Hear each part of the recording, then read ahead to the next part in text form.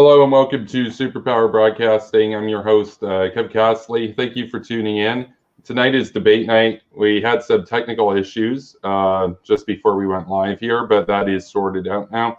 Tonight I'm debating Spooky Nukies, the Spookster. This is hawk on hawk violence tonight. This is the high profile hawk I was talking about. A lot of people are like, who's the hawk he's going to be debating? It's Spooky Nukies. So I liked all the people who thought it was Bill Crystal. Yeah, that would be interesting. So far, I haven't actually talked with Bill Crystal. I've talked with his staff like over the last month or so. I haven't talked with Bill yet, but they said that they like my work. They said keep up the good work. So that was pretty cool. So they're really reaching the youth. But, yeah, no, that's the thing. If Bill Crystal wants to reach more of a Zoomer audience, he's welcome on here anytime. You know, he's a pretty busy dude, though. I mean, like he runs a ton of different stuff. He has his own podcast, his own live streams and everything. And he's got conversations with Bill Crystal. But yeah, if he wants to, come on for, Ghoul Gang Rising or something, he's always welcome. That would be pretty interesting. I mean, if he comes on at some point for that, we definitely got to watch that classic clip of Bill Maher being a total brainlet with him. So, what do you think about this now, Bill? Years later, because I'm going to do a video on that, the Battle of the Bills, analyzing that in detail. Because the problem is, Bill Maher's side has the majority of popular opinion. And actually, now that I think about the technical issues, I'm just noticing my lighting is super dim from the regular lights for some reason. I'm not exactly sure what happened there. Normally it's brighter. Oh, okay. It was set to 54%. That's why. Not sure how that happened. Okay, there we go. You call yourself a boomer. You can adjust the lights with your phone. I got the LED lights. They're good for like 30 years too, which is swaggy. And they're more energy efficient. So pro tip to all the hawks out there. You want to not waste money replacing a light bulb every 3 months. Just buy the LED smart bulbs. They got like a 30-year rated lifetime on them, and they consume, I think it's 7.5 watts to what produces 60 watts worth of output. So it's just pretty good, Yeah, and you can also change the colors and everything too, which is swaggy. So. Very nice. Kevin Castley, decidedly not a boomer. Just going to throw that out there. I'm a boomer with Zoomer characteristics. That seems there you go. Because I don't know how to stream games. Like I play Fortnite and stuff. I play Civilization and stuff. I just don't know how to stream it yet. But the computer you guys bought me could definitely do it. So once I figure out how to do it, we'll get that going for the gaming channel. So maybe we'll play some COD Cold War. Oh, yeah, with Reagan. Yeah, no. That'd be hype. That'd absolutely be hype, dude, with this dude. There it is. And, by the way, even people that I've had, beef with and stuff have recognized this meme as gold. So, that's... I'm not promising any good gameplay for the record. But entertaining commentary, sure. Yeah, see, that's the problem is, it's one thing to figure out how to stream the games. It's another to actually figure out how to be a good gamer. Those are two different things. So I'd say I'm pretty decent when it comes to Civ. Pretty decent when it comes to Fortnite, considering that I can't really build. I just go in with explodes, load up a stack of grenades, and destroy everybody else's builds. But, that's always fun. Used to play World of Warcraft back in the day. I mean, this has literally nothing to do with the topic tonight. But we probably won't need a moderator, considering the fact that it's I would hope not. I mean, it's okay. Imagine 25 minutes from now, there's clips that they can highlight where I'm doing the Haas thing, where I'm standing up. This is him debating Destiny, right? No, you need to go through the protocol. That's Haas. You get to the front of the line. Yeah. No. Well, I mean, we literally have that clip. I mean, it's like night and day. Oz is no, he needs to go through the protocol, except he's super loud. And then there's and then there's us. Probably not going to be too heated tonight. We got Pest says Civ 5 or Civ 6, both. I think I've like 600 hours on Civ 5 and 800 hours on Civ 6. So, there's that. So, and I didn't know how to stream any of it, so could have potentially gotten some views. Unfortunate. So, but yeah, we're debating. So we're going to be debating whether a one-state solution is good, and I guess a successful outcome to the conflict, or if there's a better way. So Spooky Nukies wanted to debate me on this. So as always, if you out there are interested in debating me, feel free to shoot me a DM over on Twitter, and we will schedule a debate at some point in the near future. We got a few people still waiting on debates, but we'll work that out. And just of make course, sure you do it by protocol. Yeah, we have a protocol. The thing is, Haas, he's not busy Friday night at 6, but he declined because it wasn't his protocol. It was my protocol. But that's not how it works, Haas. It's not how it works. He likes to say he's a big monkey. But he ain't a big monkey. He doesn't even have a Twitter anymore. Who's the big monkey now, Haas? He tried to say that I needed to cancel Ghoul Gang Rising with Reese and Billy because he's a big monkey and I'm a tiny monkey. Yet I have almost 600 subs. Reese has got almost 10,000 subs. And Billy's got about 8,000 subs. What does Haas have? He has 2,200 subs and 12 hosts. So who's the big monkeys? We literally have together between us almost 10 times his subs. So, and he's like, no, you need to cancel. You need to debate at this very specific time that I knew that you were busy a week in advance. And he complained that it was emasculating for him that I wasn't going to jump at that opportunity. So he got caught. Haas got caught. So that was so irresistible opportunity. And that's the other thing. Let's say he had 200,000 subs.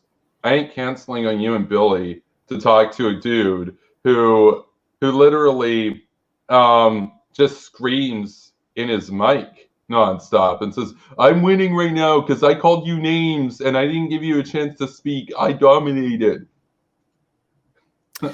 It was we won't spend too much more time on that. Yeah. But it was a funnier outcome to cuck him essentially than to actually do the debate. But maybe the debate will happen someday, but possibly not.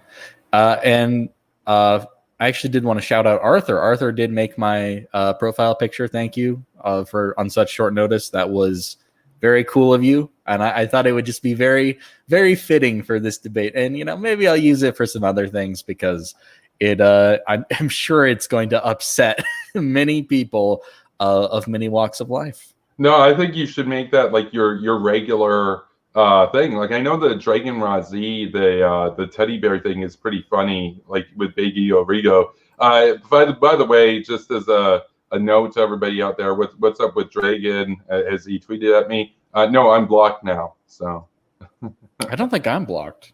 That's so weird. I'm blocked. I don't even know. I didn't say anything recently. I went to go and check out what he's been up to, and he blocked me. Oh well, womp womp. Okay. So we were kind of just batting this idea back and forth of like, it'd be kind of fun to have a more low key debate compared to the other brainlets you bring on here who are just. Oh, when you said other, did you mean Kevin was no? No. Well, when you said other, I'm like, wait, are you lumping yourself into that? Like, other, I could like be. As in fellow. No, I called you a fellow cuckler. That's your name, fellow cuckler. And he's like, yeah, but dude, can you try to insult me in a way that doesn't also insult you? And he's like, why? Fellow brainlets. No, just a barrage of brainlets. So really, Kevin needed a night off from the absolute barrage of nonsense, and we were kind of throwing the ideas back and forth. Like, what do we even really substantially disagree on? I don't think we substantially disagree on much of anything, but this was, I thought, an interesting topic for a debate. So, you, Mr. Castley, are in support of a one-state solution. for Israel and the Palestinian territories. And how'd you know it was for Israel? something told me. A little bird told me. But for me, I was kind of taking a bit of a more unorthodox position. I'm sure that some other people. That's the bird that told him, by the way. He's perched on my shoulders at most times anyway, but always feeding me juicy gossip. But so I'm sure other people might want to come on. Like I know Suzuki supports a 2-state solution. I'm somewhere in between. I support like a 1.5 state solution. So essentially it's more in line with what's happening now.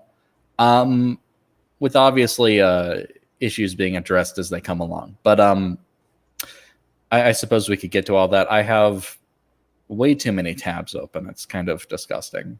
So hopefully that doesn't slow down our stream. Yeah. No, I'm in the same boat. I mean, once you're a content creator and stuff, and you come across articles or you come across this sort of thing, any sort of sources, you want to get to them and like watch the whole thing or read the whole thing, but you're also busy and have other stuff to do, so they just get left open. So like that's one of my biggest regrets with this this PC is that I didn't go for 32 gigs of RAM. I only got 16 gigs of RAM. So because if I went with 32 gigs of RAM, I could probably have like 200 articles open at the same time instead. So that's all good. So did you want to go first in defining your position, or did you want me to? Well, you're the challenger, so the challenger always gets to go first unless they yield the opportunity. So what a privilege. Okay. So it is obviously a long-standing and complicated issue of a nation that we do not live in. So don't expect us to be the most well-versed in any kind of anecdotal evidence. But I think that despite all that, it remains clear to me that, and we'll debate the exact nature in which you would wish to implement a 1-state solution, the timetable involved, and various factors like that. But I'm of the opinion that Israel should remain a Jewish majority state, and considering it is the only Jewish state, that was the express purpose this state was designed, was to harbor Jews running from persecution from all corners of the globe. And I don't personally see the logic in turning it into yet another Muslim state that is going to be rife with retrograde views on a wide myriad of topics. And I'm sure we can get into that as we go. Yeah. So was there anything else you want to add for your opening? Because you got about two more minutes if you'd like. That's all good. We're official. we're going on the official. That's all I'll say for right now. I'll address everything else as we get to it.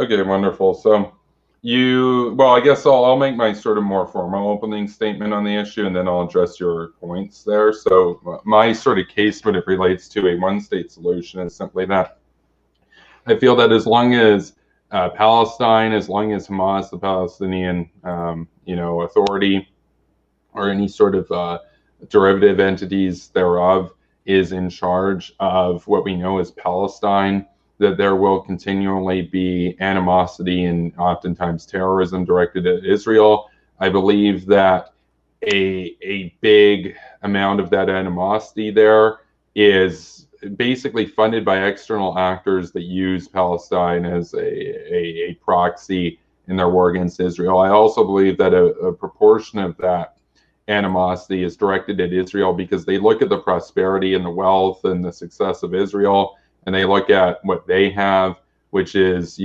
basically nothing because they've been ruled by terrorists and despots for so long that it becomes ingrained in them, and it becomes a cycle where they partly hate Israel because they're jealous of what Israel has. And I believe that a lot of the internal forces that lead people to be radically anti-Israel would disappear if they were to be given the same rights and be able to partake in the same wealth as Israel. And we know for a fact that Israel can succeed and prosper despite having, literally millions of people there that are Arab and not Jewish in terms of their ethnicity.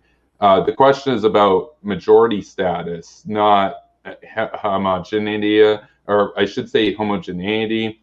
It's more about the culture, I believe, and I believe that a large part of that radicalization would disappear if you're part of that same team as well.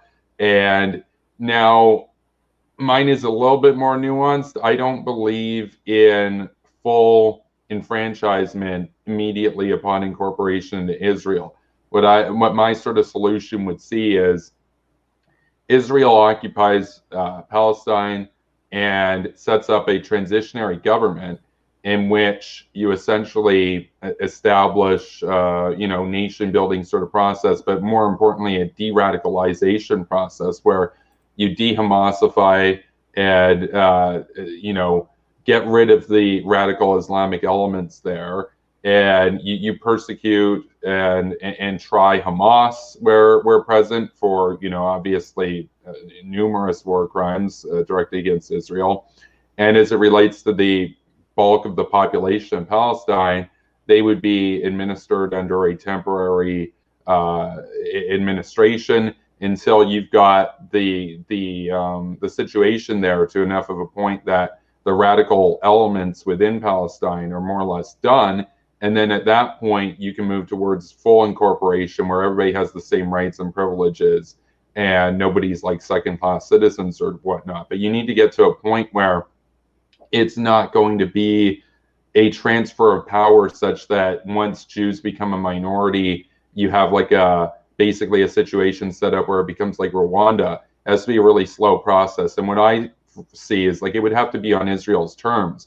I would see it as a project of between 50 and 100 years between when Israel takes formal occupation of the entire country and when the entire country is fully enfranchised. And I think it's a multiple generation level before you can move the culture in such a way that Jews being a minority won't matter. But once you get to that point, I believe that the peace and prosperity that can come from that is so much better than what we have now, where if we keep doing what we've got now, then in 100 years, it's still going to look just like it does today. And you're still going to have a lot of Palestinians that in some cases have genuine and legitimate grievances. And I think that a lot of those would go away if they were, if they were able to participate in Israel. And I think further point that I know I'm going a little bit long on this, is that you're fine. When I talk about enfranchisement, I'm not saying like, well, they don't have any rights or whatever. They for that administration period, they'd be able to do business and everything else and basically benefit from the prosperity of Israel. The only difference is they wouldn't be able to vote until that de-radicalization process had concluded, and that would be up to Israel to determine when they felt comfortable becoming a minority and trust that it's not going to be a bloodbath or whatever. But I don't think that just because that Israel would be then an Arab majority country, that necessarily would mean that it would be like, a disaster or whatever. I think it's a result of radicalization. I think that this state that I'm envisioning, Jews and Arabs would both see themselves as parts, like basically as citizens of a secular Israeli sort of state. And they both feel equally, as beneficiaries of that state. And it would be way wealthier than any of the other countries in the region, even Saudi Arabia, so per capita. So that's kind of my case there. So, well, just to clarify, I don't want anyone to think that I'm saying that to be Arab is to be inherently retrograde. I'm just taking into account the views of Muslims within the Palestinian territories and other places in the Muslim majority world, and how that is going to affect their offspring and generations going down from there. It is not a but it's not a genetic problem necessarily. And I kind of take issue with the way that you were almost dismissive of the cultural implications of it, because I think that, that those can be swayed, but I think that is a massive project. So your solution, I could see sparking significant international outrage, even more than we have today, for 50 to 100 years, in which we can't say that they're not citizens, because they are citizens, but they would be, Palestinians would be second-class citizens for 50 to 100 years while we're running this de-radicalization process. Even assuming that will work, I think you could equally make a case for, if you treat them as second-class citizens within all of Israel still, you could potentially breed more radicalization over 50 to 100 years. I don't believe that every problem can be solved by throwing money at it. And this is a deeply ingrained, centuries-long prejudice, even when there wasn't an Israel. Even in a time where the Jewish people were exiled from this land, and they were such a small minority because there were so many regular purges of their population, that didn't stop. That didn't cause the Palestinian population to have a more compassionate view of the Jewish population. If anything, I think that the historical record speaks to the opposite. And I mean, at the very least, I'll say I agree that if you're going to try anything like this, of course it's going to take a long time. Will a government really stay that path, though, for generations, 50 to 100 years? I would significantly take issue more with someone who said, let's do this overnight, because then combined with the Arab-Israeli population, you have a situation in which they're matching Palestinians plus Arab Israelis are nearly matching the current Jewish population in Israel, and based on birth rates will surpass them in a few years. Even in Israel, the birth rates for Jews is barely outpacing Arab Israelis at the moment. Barely. I could see significant problems arising from that, even though you have Arab Israelis who, they are in Israel, they support Israel, they're nominally democratic, they're nominally secular compared to other Palestinians. I think that with a significant enough demographic change, you could see new opportunities arise for certain religious radicals to latch onto and to attempt to change the country into something that would better suit them. But we could get into a few other things in a minute. Did you have anything to say in response to that? Well, a couple points. The first one on the point about just within Israel right now, that you've got Arab Israelis with a higher birth rate and everything. And I guess my question would be, what would be the solution to that? Like, would you say just encourage the Jewish population there to have more kids? Or, because I don't necessarily, I don't know, maybe I'm naive, but I don't see more Arab Israelis than Jews as an inherent sort of threat or whatever. Like, I can see the argument for if Palestine became part of Israel immediately and they had voting rights, that could be very problematic. But Arab Israelis have grown up as part of Israel, right? But that's true. I'm not saying it's an inherent problem. I'm just saying it is potentially a problem. It would be a shifting of power dynamics in the country. It would be a massive historical change to how the country looked in general. And maybe at that point you could see the attitude shift, because most Arab Israelis at the moment support a two-state solution. They don't want, because even they're realizing some of the potential consequences of allowing everyone from the Palestinian territories to become a citizen of Israel. But I could see that potentially changing if the population numbers were switched. But again, that's a hypothetical. That's Okay. just something to worry about. Now, it's difficult to encourage to have some government mandate to encourage the birth rate. This is an inherent problem when you have a successful nation. You see the birth rates go down. Yeah. People aren't in this state. When people have more access to contraception, when people have more access to family planning, the birth rate goes down. And that's not necessarily the case in the Palestinian territories, for instance. Right. But I'm not saying that's an inherent problem. I'm saying that it could yield a potential problem in the future. Much like I could see even a 50 to 100 year implementation of your plan just yielding more resentment and radicalization, because for 50 to 100 years, yeah, they were technically part of Israel, as you know, assuming that most of them even want to be part of Israel or known as Israelis rather than Palestinians, and have a state that's run by Sharia law, but they were denied their rights as citizens that entire time. For us, that would be it would almost be a double slap in the face. Not only were they denied their rights, but it's not even a country they necessarily want to be a part of. They don't want the country. They want the land that the country happens to be on.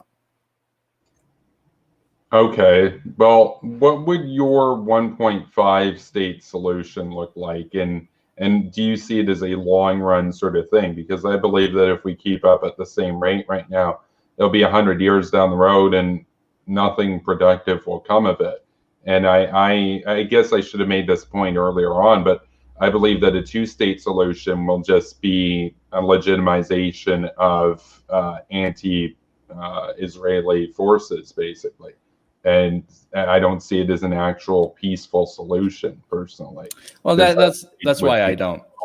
Or Palestinian Authority. Yeah, that's why I don't support a two-state. Like I would disagree significantly with someone proposing a two-state, and truly at the moment it is 3 states. It would have been 2 states, except there's such significant division between Hamas and the Palestinian Authority, who are both Islamo-fascist organizations that prop up murders. And I think that leads to another problem too, where if you were to merge these populations, not only would there be increased danger against Jews and various minorities within Israel, but I could also see just general violence between Palestinians breaking out as they determine, okay, who is actually going to be leading the Palestinians. I could especially see that being exacerbated if the Palestinians are not immediately recognized as first-class citizens.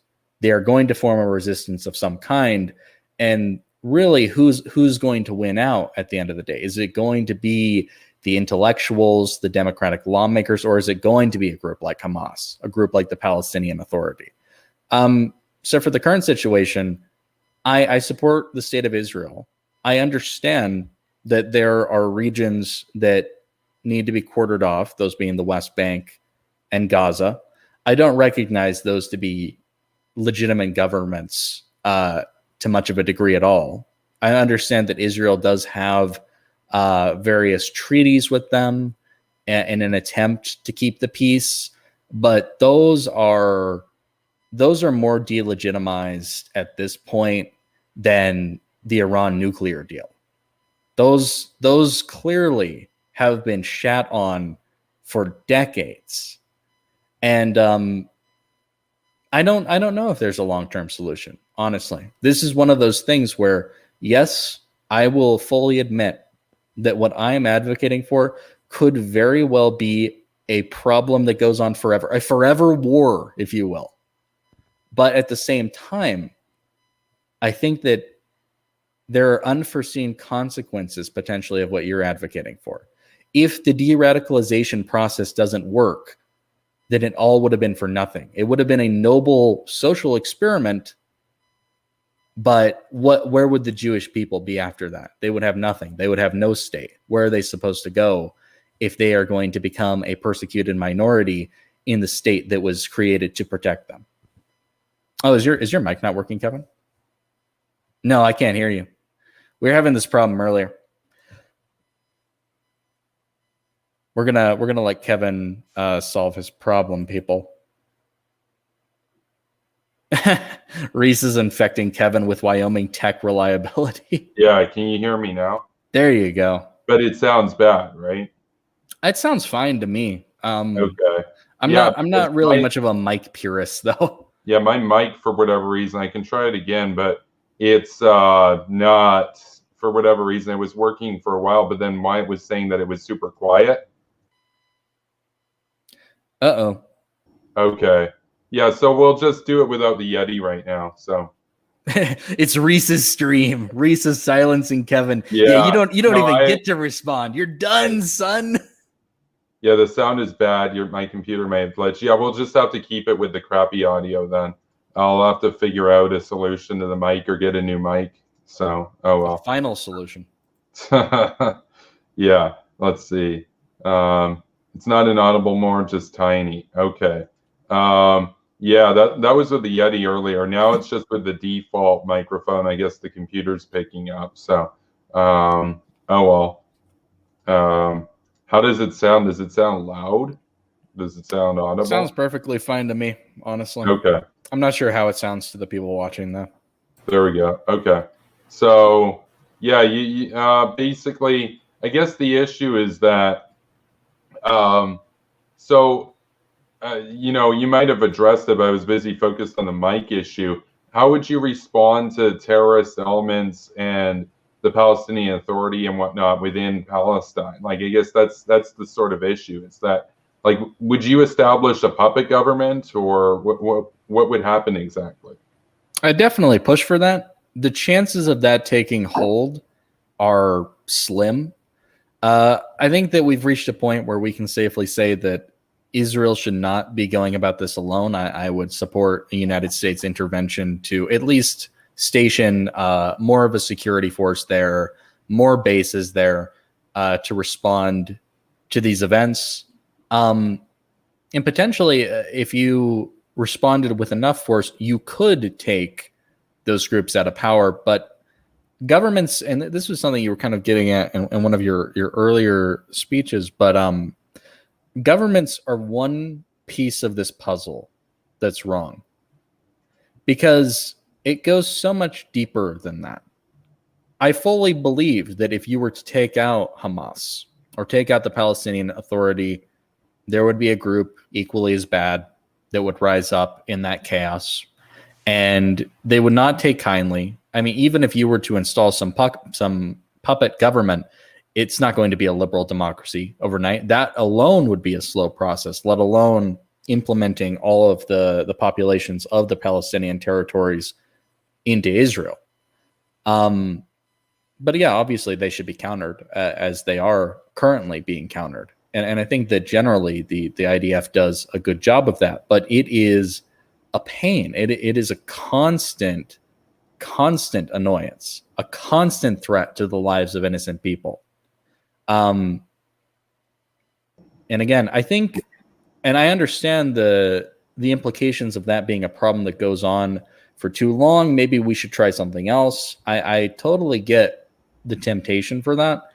But what if the solution ends up being worse? What if this is the best way? What if this, even though it's terrible and is draining, it's a draining situation, I understand. But what if this indeed is the best way for Israel to maintain its sovereignty and to protect its population?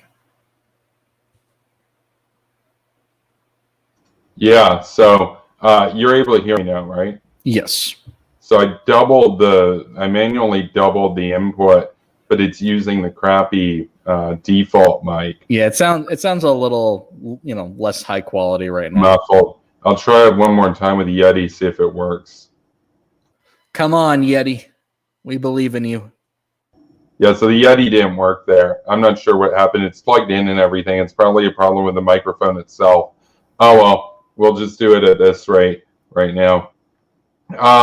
Yeah, so I think I think that the current sort of status quo, though, if that's the best, I don't see that as necessarily being the best, though. I think that you can aim for better, and I think that I think it's the sort of thing that with a multi-generational process of de-radicalization and incorporation into Israel, I don't think it would necessarily be as problematic. But I can see the point that you're getting at, though, which is that, you know, as long as there's the religious division, and for example, that it could lead to a potential genocide within Israel, and that's true. But I think that you know, we had and this goes to a larger point, which is we need a solution not just for the Israel-Palestine conflict, but we need a solution for the world at large. And like my end goal, and this is like, you know, like potentially a millennium or more down the road, is to have the whole world become the United States. And so all of this is in and of itself a temporary sort of thing. I mean, I'd like to see it where everyone is incorporated into the U.S. Constitution down the road, like in 1,000 years or whatever, where every different country is just like a different state of the U.S. basically. I think that would be the best situation for actual world peace. But as far as it relates to peace in the area right now, I think that you can do better than just have constant terrorism, suicide bombings, rockets, etc., from Palestine and, you know, from the West Bank and Gaza. And I think you know, there would have to be some sort of mechanism wherein if things were going south, that you would be able to exercise a certain amount of power to then go back to the you know, the administration sort of side, where it's like if you know, things get super out of hand or whatever, then at that point you just say, okay, you don't have voting rights anymore or whatnot. But I think what we've got right now, they don't have voting rights. They're part of a separate sort of entity, and that entity can be regarded basically as a terror state, you know, especially in Gaza, you know. So, well, there were kind of these experiments run to, you know, with their limited territories to see how they would handle democracy, and, you know, over the last 2 decades, we can see how miserably all of that turned out. We have 2 groups in power. You could make a case for the Palestinian Authority being slightly less radical. These are authoritarian governments that have not held elections in well over 10 years. And so we've seen how that worked out.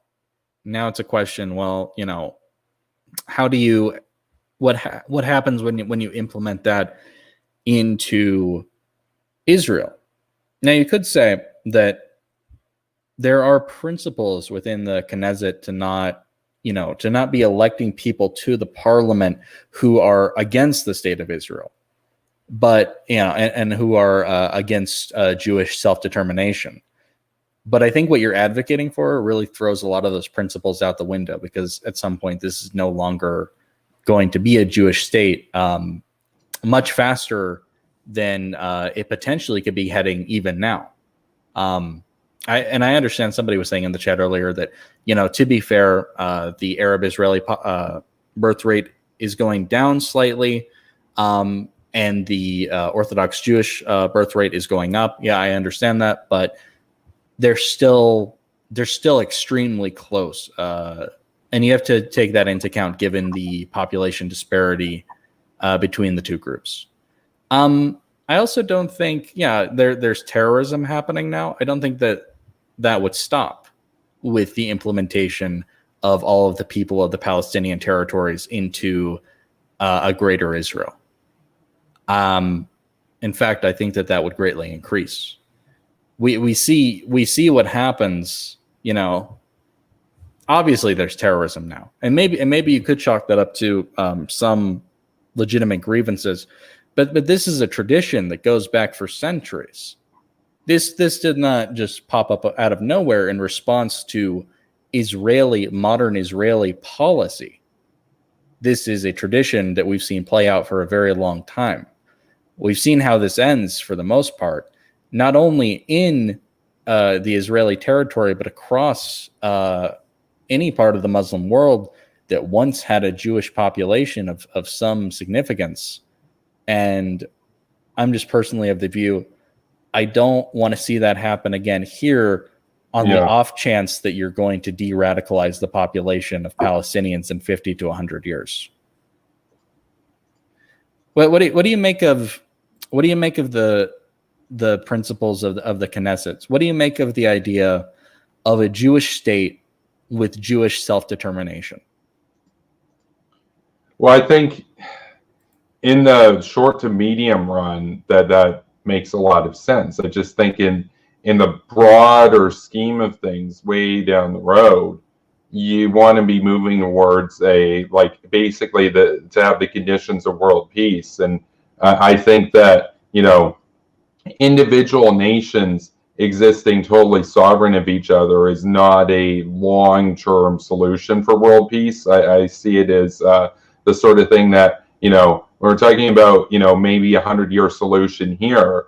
If that works, that's great. But, down the road, and I guess this is more of a broader sort of thing, but down the road, say in 1,000 years or 1,500 years or 2,000 years, I'd like to see the whole world be part of the American Constitution, basically. I think that the U.S. Constitution is the greatest constitution ever produced, personally. But I think the Israeli one makes a lot of sense in the context of persecution against Jews. But I'd like to get to a post-persecution era down the road where, humanity just is part of the same country, and, we don't have wars and persecution anymore. But that's a long-term thing, potentially 10,000 years or more, but away from now. But well, I appreciate your ambition. I mean, and that's good. I think it's good. I think it's good to want that. It's a very nice sounding. It's the Star Trek future that everyone always talks about. I don't think you're ever really going to have world peace, though. Now, granted, I'm not a future reader of any kind, but I just think that that's very contrary to human nature. I think that there's going to be conflicts of some kind that arise. There's going to be states that become disenfranchised with a global federation of countries, so forth. And potentially, potentially you could de-radicalize a population in that amount of time, potentially. But we have to consider what that would require. And again, let's not even look 10,000 years into the future. I'm thinking about the immediate international reaction to truly having a state where you have two separate classes of people. One class of people are going to be denied their democratic rights that entire time for fear of them being radicalized toward voting against Israel's interests for 50 to 100 years. Now, potentially the United States would understand, depending on who we have in charge. Again, that's all up in the air because our elections are a whole nother process. We have to consider the international context as well. The United States really is the only country that has Israel's back in the international community. If that were to change, even when we had Obama, who was not even necessarily anti-Israel, he was more split. He was sympathetic toward both sides to varying degrees. Even that was a shakeup in our relationship with Israel. If you were to have this, though, I could very easily see anti-Israel sentiment rising in the United States. And truthfully, on paper, I would disagree with a state where you have these two separate standards for groups of people. But in my heart, I would understand what they were trying to do. I'm not sure that most people would.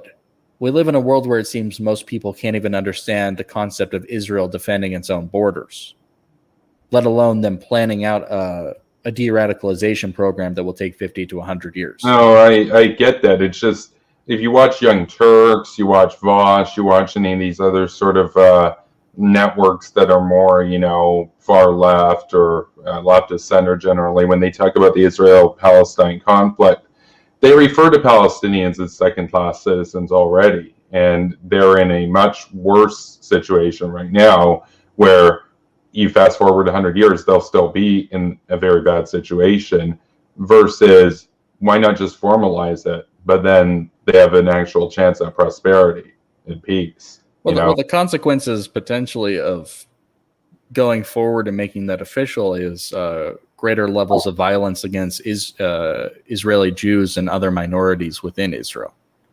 There would be no protection. There would be no walls separating these groups of people. A group of people who descend from people who were infamous for purging Jews in that exact same region. I guess I should be clear about that. The walls would still be there. Like this would be an administrative zone, basically, But now, how long that would last for, I don't know. I say 50 to 100 years, but it would be at the discretion of the Israeli government when that process would be deemed, successful or not. And say it wasn't deemed successful. Say after 50 years or whatever, they concluded that this isn't working. Then you could go back to the current status quo, for example, and say you guys are on your own again or whatever. But I think it's worth trying personally. But and I mean that's not even necessarily the current status quo, because Israel is constantly in the process of offering a two-state solution that gets summarily rejected. No, that's true. Well, see, that's the thing. This is another reason why I don't believe that you can have a two-state solution, is that the parties. It's like you can't have a two-state solution with one side that doesn't recognize your right to exist. And so if they continually over and over and over again refuse to recognize Israel's right to exist, I mean, that's going to be the status quo going forward. That's always going to be their sort of response. So at some point you have to come in and say, look, it's basically a hostage-like situation where you've got people where even if they nominally will say that they support Hamas or the PA, they're basically in a hostage type situation. Why not try to do a process to liberate them from that? And I don't believe that giving them their own state, where those guys can be legitimate dictators in the same vein as Assad and Iran and whatnot, would be a solution. And I know that's not what you're advocating for. But people would say, let's say we kept doing like your strategy. There'd always be an attempt then at a two-state solution going forward. There'd always be this pretense that, well, we need to reach out and whatnot. Whereas with this, if you just made if you made West Bank and Gaza administrative zones of Israel, then there wouldn't be that sort of attempt anymore. It would just be seen as, okay, well, this is the new project now. Like whereas a 1.5 sort of state solution is an unstable equilibrium where everybody's still going to try to make a two-state solution, but it's not really going to go anywhere because, of course, we know that one side's going to not recognize the right to the Jewish state to exist, basically. So I don't know. Like, I'm not saying that this is a perfect thing, by the way. I'm not even saying that it's guaranteed to work. I'm just saying that if you go forward and you try this, and you find out that you did manage to basically de-radicalize the vast majority of the population while also going after and trying, Hamas-type fighters and stuff, then it works. And if it doesn't succeed, and you find out that there's still this intense hatred of Jews, then you say, okay, you're back to the status quo that we had before you became an administrative zone, and then we're in a 1.5 state solution again. But to me, it's like, why not at least try? It's kind of my sort of argument. Now, it would cost money, though. So, but it also costs money constantly dealing with terrorists too. So that's true. How are you gonna pay for it? Yeah, how are you gonna pay for it? That's it's this guy right here. We have a third contender coming into the debate with, I'm sure, a very nuanced opinion. I mean, because Kyle would say about this, like, well, and a lot of people out there on the radical side of things would say that they agree with me, actually. They want a one-state solution. They want the whole thing to be Hamas, Yeah, that's why. So, but you're taking a far more nuanced approach. They want that overnight. Well, very different than 50 to 100 years. Well, and I say 100 years is like, it's not concrete. Like, let's say 100 years passes and the Knesset decides, it's working. They are far less radical now than they used to be, but it's nowhere near what they need to feel safe to incorporate them. Then say it takes 170 years. But my point is just that time goes by, whether you're productive or not, and eventually you get to that point where you say, damn, I should have done this 10 years ago. I'd be in a better place right now. Eventually, like 170 years will pass. We won't be around probably, but that point will be reached. I'm going to live forever. I don't know what you're talking Yeah, about. that's true. Yeah. I do. I'm already dead, so like can't lose much more than that. This sort of thing is like, why don't we just get to a situation where you are at least moving towards a better outcome, even if it does take a century or 2 centuries or however long it is. Like I said, it would be up to the discretion of the Israeli government to decide when they felt confident that it wouldn't be, a disaster or anything. Might take sooner than that. I don't know. You also wouldn't have the same level of foreign interference because Israel would be controlling the whole situation at that point. So there wouldn't be Iranian meddling or whatnot. So, well, hopefully, if we haven't dealt with them in 100 years' time, I think that we can safely say that some failures happened along the way. This is the other thing is like the thing about my solution is you have to keep in the context of my greater plan for the Middle East, which would be I gotcha.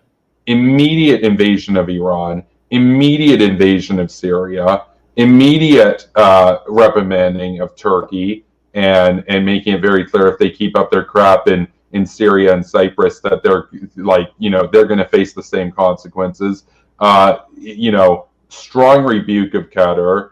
And the elimination of the Houthis, if I was in charge of the U.S., that's what I would do basically. On top of getting rid of North Korea, like it would actually be like Kyle's 7 Wars thing if I was in charge. Like he'd be like, "Oh, you want to talk about 7 Wars? I'll give you 7 Wars." Like, and then Kyle's going to be like, "Uh oh, no." So. I have a couple points to make. Yeah. In response to all that, some very key questions. I'm not sure if we fully defined everything at the beginning. Okay, so you were discussing that the problem with the 2-state solution is that one state would not recognize the other state's permission to exist. What exactly does that mean to you? What does that mean recognizing Israel as a Jewish state, the state for the Jews? It was meant to be a state for Jewish self-determination.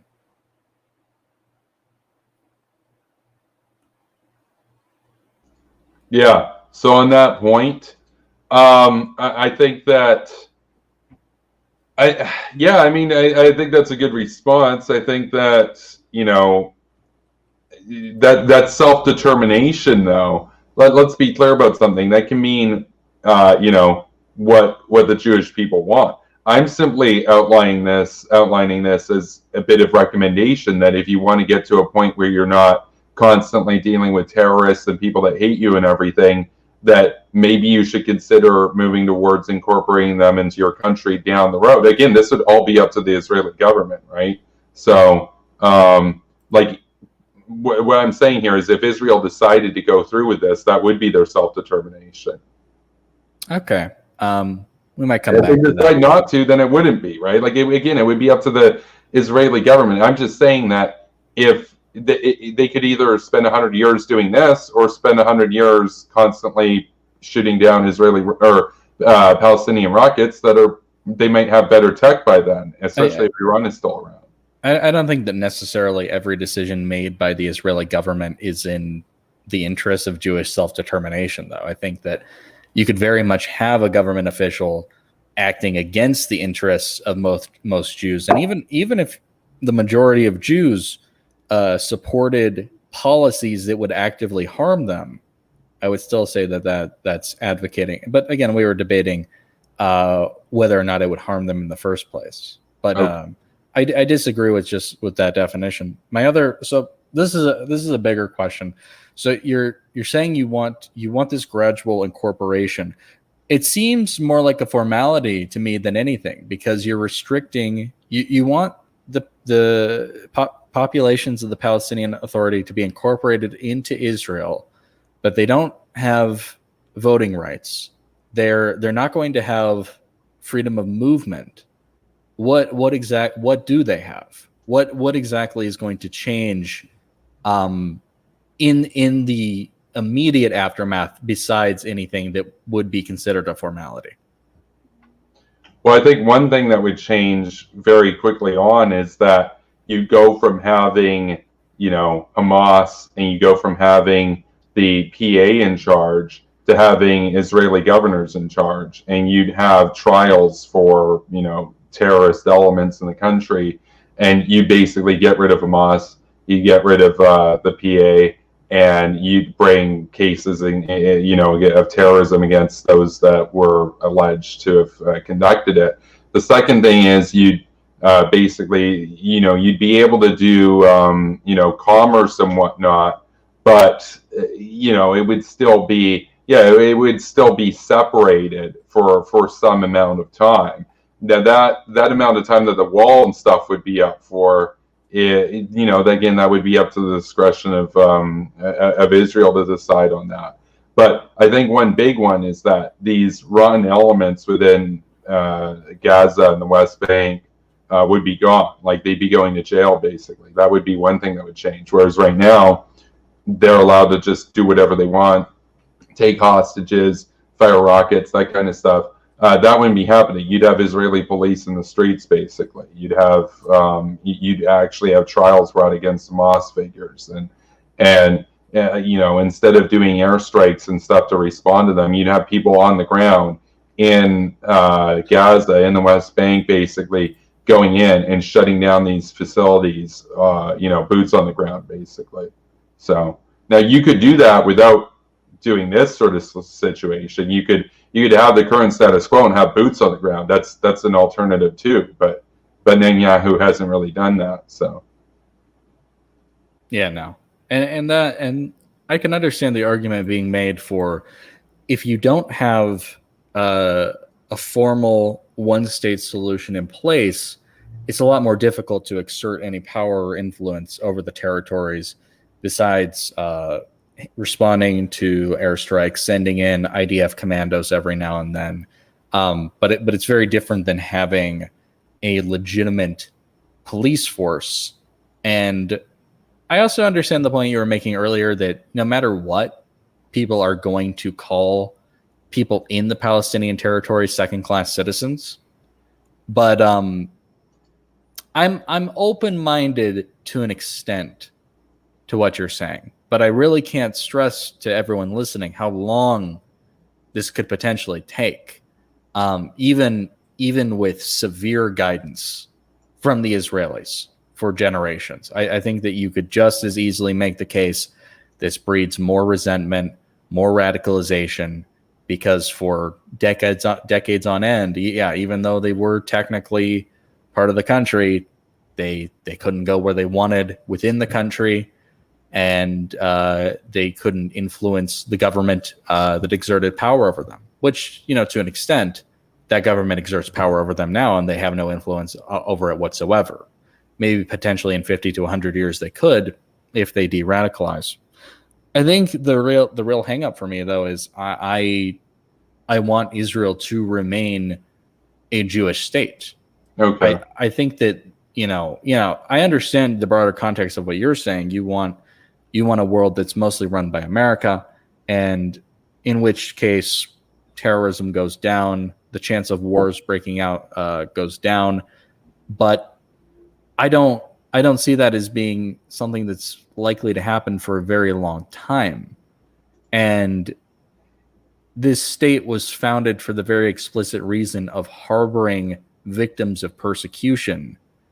I don't think that that's going to stop by any means.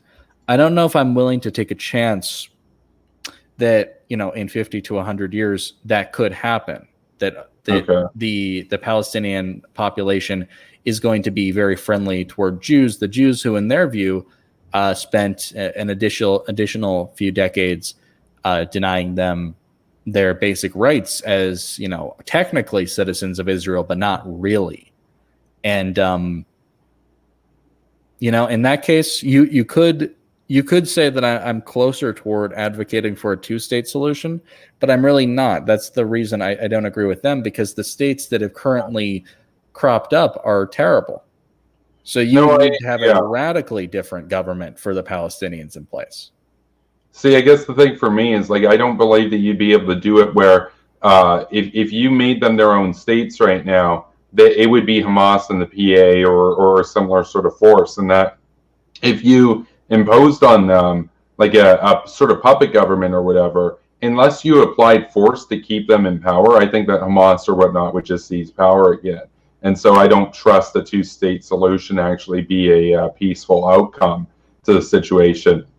I think that one way that you could do it, in terms of a de-radicalization process, is that you could recognize that there are different categories of people in terms of whether or not they're trustworthy to actually be enfranchised or not, and that maybe instead of just after 50 or 100 years everybody gets the same rights or whatnot, you do it on a case-by-case basis where you just do a background check on people, interview people, and if they get approved or whatever, then then they're able to have full movement rights and whatnot. And if somebody's got a background associated with Hamas or something, then maybe it takes them, their family, 50 years or whatever before they can get through the process. I know people would say, oh, that sounds like profiling, but Israel does profiling all the time. So it'd just be another addition of that, where at least you might move to a situation where it's no longer like a threat. Because what you were getting at earlier, you were talking about how you want Israel to remain like a Jewish state, but even if nothing happens, even if we keep up at the status quo right now, I mean, based on the trajectories, at some point, Israel will be minority Jewish, even right now, even if nothing changes, right? So I think that, though, there's a significant difference, even though there are potential concerns with an Israeli Arab population radicalizing in some way, based on their religious background, based on the historical attitudes in the region. I do think that that's the significant difference here is that they were not such a big chunk of the population to begin with. This was something that grew very slowly. Potentially, a better idea would be to introduce small amounts of people gradually, and not hope that everyone comes in at once. And for the record, I'm totally in favor of Israel accepting legitimate refugees from the Palestinian territories, public intellectuals, people of minority sexual orientations, religious minorities, etc. People who are wishing to escape and are not going to be a problem in the state. But again, you have to be careful with that too, because just because someone's a victim of persecution does not necessarily mean that they're not going to persecute others. And if you get people in a large enough number, there very well could be the outcome. I don't think it's the same situation. Even though I was voicing some concerns of it, if the Israeli Arab population were to outpace the Jewish population completely, I don't think it would be the same situation, because I don't think they started out with the numbers and the same attitudes. They've been in a situation where they can't really be that radical given their current environment. They can't. And that's a big part of the reason why they are in Israel, and they accept that they are Israelis. That's a big milestone to get past. Will most people in the Palestinian territories accept to be called Israelis, or would they rather have a Palestine, the state of Palestine, or the state of Gaza?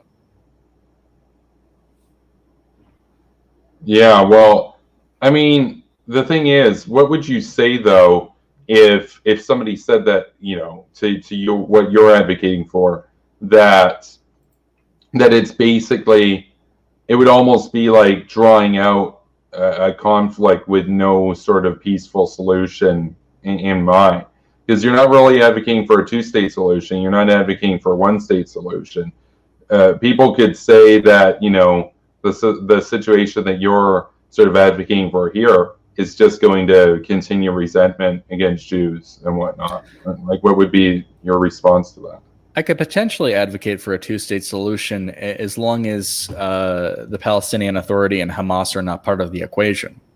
So if there was a viable contender introduced who, likely is not going to be an Israeli puppet state, likely is not going to be a U.S. puppet state, a reformed state that represents Palestinian interests and has dialed back the anti-Semitism, I could potentially be open toward more talks with them and just general working toward a peace process that way. Do I think that that's going to happen anytime soon? No. According to the ADL, the Palestinian territories is one of the most anti-Semitic places on the planet. 93% of adults qualified as holding significantly anti-Semitic views. That's not going to happen anytime soon. The problem potentially with implementing of a one-state solution, it's not enough to profile associates of Hamas when everyone and anyone could be a radical. Hamas is far from the only problem. They are the most notable problem, of course. And they are especially a problem because not only are they violent toward the Israeli population, but they're also violent toward their own population. Yeah. But really, it doesn't take much imagination. Someone with a grudge, with anti-Semitic views, all they need is a rock or a knife, and they are a radical. They don't actually have to be a member of Hamas for me to have major concerns about them becoming a part of Israel. Will that disappear in 50 to 100 years? It really depends on how successful a de-radicalization program could be. But you're talking about something that is so significantly ingrained.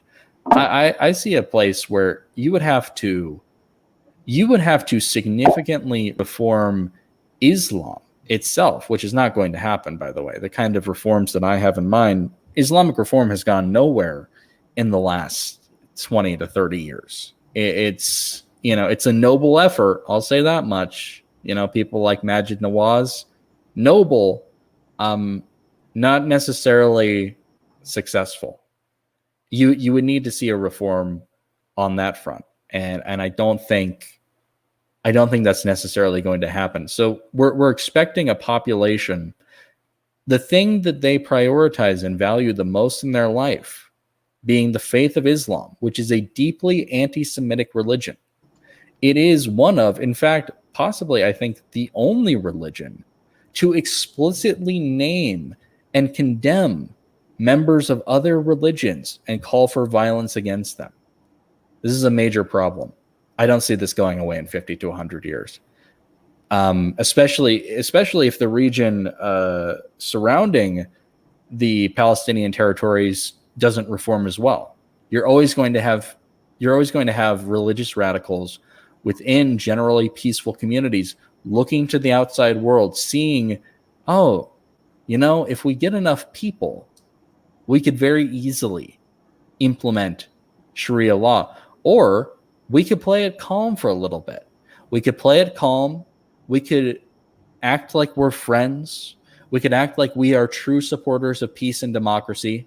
And once we have enough power, we could very easily put an Islamist government in charge that would not have, depending on how closely they follow Sharia law, would not bode well for a Jewish population who would be a minority by that point. Right. So let's say, I don't think that there's any sort of two-state solution that could come out of this that wouldn't result in an anti-Semitic, terrorist funding, basically dictatorship in Palestine. And to me, it would be really difficult to see that happening. I mean, I think that it would almost certainly, if you were going to go that route, it would kind of have to be almost like an Israeli sort of puppet system. And, that's, I'll say this, that's something that I could consider as an alternative to what I'm suggesting is an Israeli-led democracy building process. Well, you're essentially advocating for that anyway, but it would result in a different state. Yeah, no, I get that. Because to me, those are the only two solutions. It's either a pro-Israeli state that takes 100 years to basically nation build to, or it's part of Israel that takes 100 years to nation build to. Basically, I think there's maybe a good point to be made that it would be better to keep them separate, just on the persecution issue. But I don't know. I mean, I feel like it's already been a very long time, decades of nothing productive happening. So why not start now? If it started 30 years ago, then you're already, 30% the way there. So potentially, or potentially you could be moving toward a state in which Jews are gradually losing their right to self-determination, losing their democratic power, and we have the danger of the Middle East's only true democracy and the world's only Jewish state becoming yet another Islamist state. Right. No, I know. I know that danger's there. That's why it would be explicitly, a second-class citizenship thing. I mean, and that's the other thing is, like, I would say right now it's almost like third-class citizenship, because there's no benefits if you're in Palestine. You're under a dictatorship and everything. And yet the world sees it as basically your second-class citizens.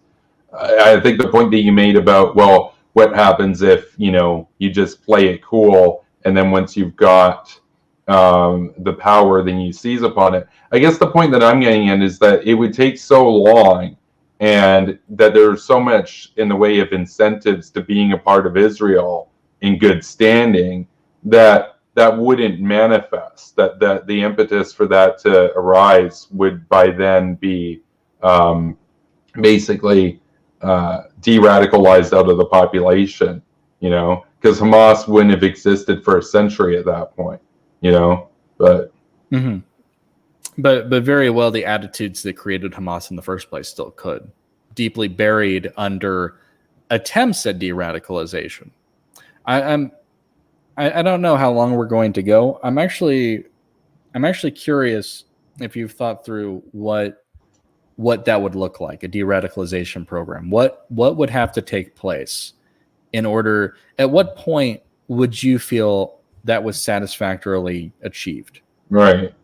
Well, again, it would be up to the Israeli government to determine it, but basically you'd start off with formal occupation and set up administrative zones. You'd have Israeli governors in charge of it, and you'd have like basically a manhunt for anybody that was associated with Hamas or any terrorist organization.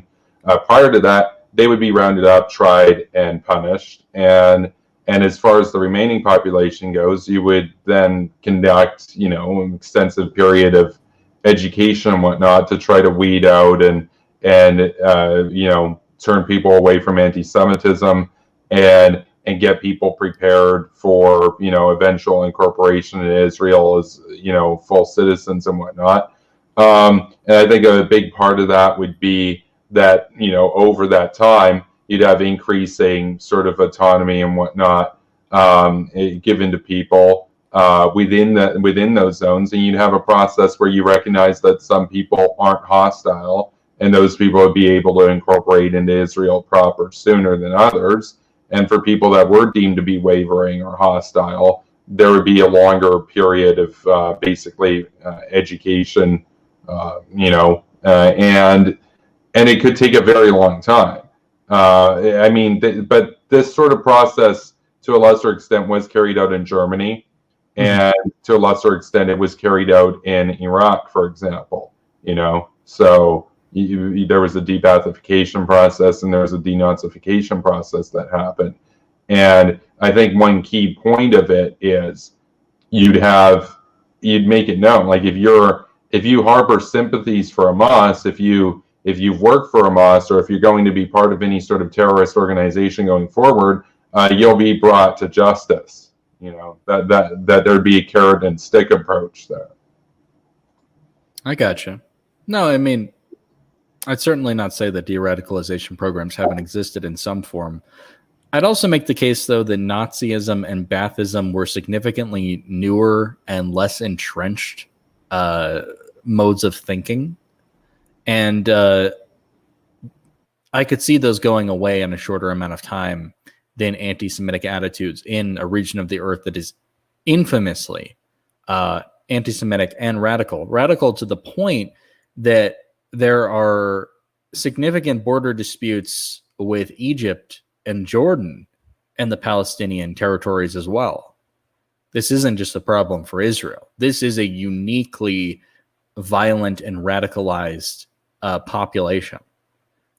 I like how Kirk Wilcox said, "This debate lacks smears from both sides. Have yet to hear either one call each other an anti-Semite or defender of apartheid." Oh man, I was getting to it. I'll let you know when we get there. What do you think? Do you think we've aired it out enough tonight?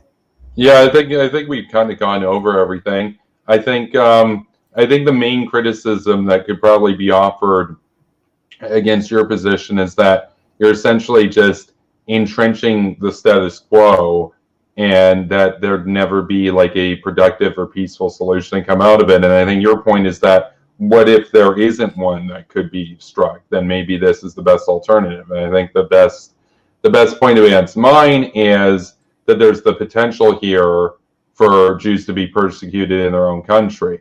And so what I'll say is that I'm open to the possibility of, doing the same sort of process that I've just listed out, but having the end goal of that be Palestine as its own state. But everything for 100 years up to that would look almost the same as what I'm suggesting right now. You'd still have refugees that would be taken in. You'd still have de-Hamas, de-radicalization process. You'd still have like an administrative governance set up. And the only difference is that at the end of it, instead of being citizens with Israeli citizenship, they'd be citizens of, basically a puppet state of Israel. Like, it wouldn't even be necessarily a full independent state per se. I'm not sure if it's possible necessarily. If it could be possible, it would still then be like an Arab version of Israel in some sense. But I'm skeptical about that necessarily happening if you didn't wield a very strong influence over that government still. So when you talk about states, how sovereign would it necessarily be? I don't know. That's why I'm leaning towards having a one-state solution where you go in the other direction. At a minimum, it's going to take at least a century. My point is just that Israel started in the 1940s. We're coming up on a century. A century will pass. The question is, where will we be once we're there? So, because when people say, "Oh, that'd take a long time," it's like, okay, but that's like saying, "Oh, but if I do that job training, it'll take me 2 years." It's like, okay, but you're probably still going to be alive in 2 years. So, like, where do you want to be, right? But I gotcha. It's a fair concern. I would not at all claim that I have a perfect solution. I'm always open to finding a viable alternative to Hamas and the Palestinian Authority and the PLO and all that. I really am. We'll see if anything like that pops up. I'm very doubtful of that happening, though. I would question, though, so if you have these concerns of, in X amount of years, we have a Palestinian state that we have been harboring, or rather Israel's been harboring. Israel has been guiding this Palestinian state to make reforms, to dial back on anti-Semitic attitudes for X amount of years. But you're still concerned about giving them full autonomy and full independence. I don't see the logic in taking the population of the state, which we have concerns with, and integrating it into Israel, if even after X amount of years, the Palestinian state that's been under Israel's guidance still hasn't reformed on all of these attitudes. Yeah. Well, I think, again, if it turns out to be a failure or whatnot, I think it would be up to the Israeli government to then decide that, this project didn't work and we're going back to what you had before, whatever, and I just think it's worth trying personally, but that's that. I mean, because the end goal for the world, I think, is to get to a point where the reason for Israel existing isn't necessary anymore. That you move to a post-persecution era of the world, but that might take millennia, though. So, but I think that better to start now than never. So, okay. So, what order did you want to do some final statements in? Well, I can go first on that. So basically, yeah, I think it's pretty clear here that the current status quo isn't tenable. That I would argue that a two-state solution would inevitably result in just a formalized and legitimized variant of the current status quo that we have, and emboldening terrorist elements in Palestine.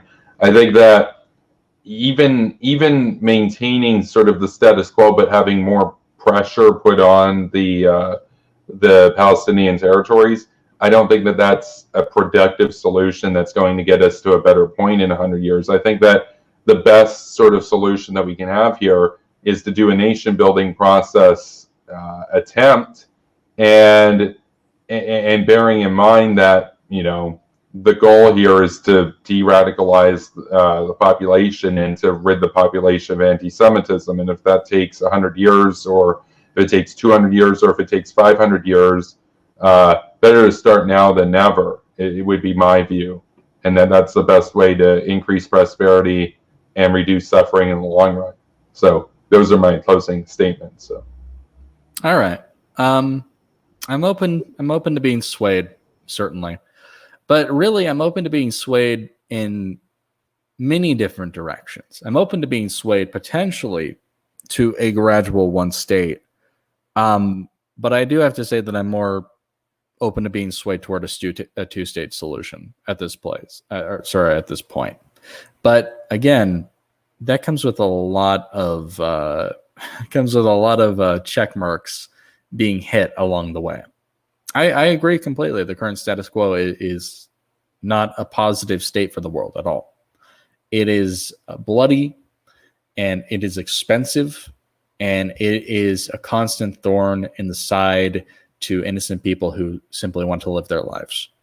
But I don't know if I'm necessarily willing to bet everything on a social experiment, no matter how noble it potentially is. And again, I really do stand by the idea that we can afford to give the Jews, a historically persecuted minority, one small state in the world. Just one. I'm fine with that. And we'll see what the future has to bring. Potentially a de-radicalization program could be successful. But on the flip side, I could definitely see having the Palestinian territory populations being officially second-class citizens, and to have their voting rights not instated, to have their freedom of movement heavily restricted, could just as easily breed more radicalization, more anti-Semitism within that same time.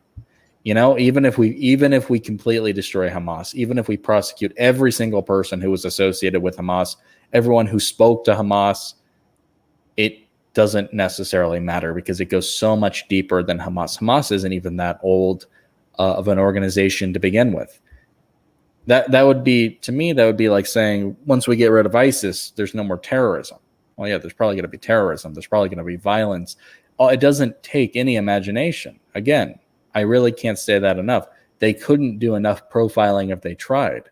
All it takes is a guy with a grudge and a knife or a rock, and he is a terrorist against Israelis. It is these factors that really puts me on edge as to whether or not I would want to try this in the first place. even understanding the reality that, yes, I don't see the conflict ending anytime soon. I don't see a viable contender for Hamas or the Palestinian Authority coming up anytime soon. I don't even see them accepting a two-state solution anytime soon that is going to be acceptable for them. They don't want that. They want one state. They don't want it to be Israel. They want it to be Palestine, and they want the Jews to be expulsed from that state. I would be very nervous about making the people within that region who aren't necessarily opposed to that idea an extremely significant part of the population, to the point that in a couple of years you could see this radically changing the political landscape of Israel. And at that point too, I think that you've thrown out a lot of the principles that founded the country in the first place. It's not going to be a state for Jewish self-determination. But that's all I have to say.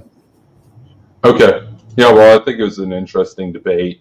And, maybe we can do this again in a year or something if our views change on it. So we'll see. And, we can also debate on other issues down the road. If you're out there and you're interested in debating me, shoot me a DM on Twitter and we will schedule time to debate. I think that's about everything. So I'll do a brief post show, not going to go too long. And then after that, I'm going to try to sort out the issue with my microphone. So thank you for watching, everybody, and have a good day. Au revoir.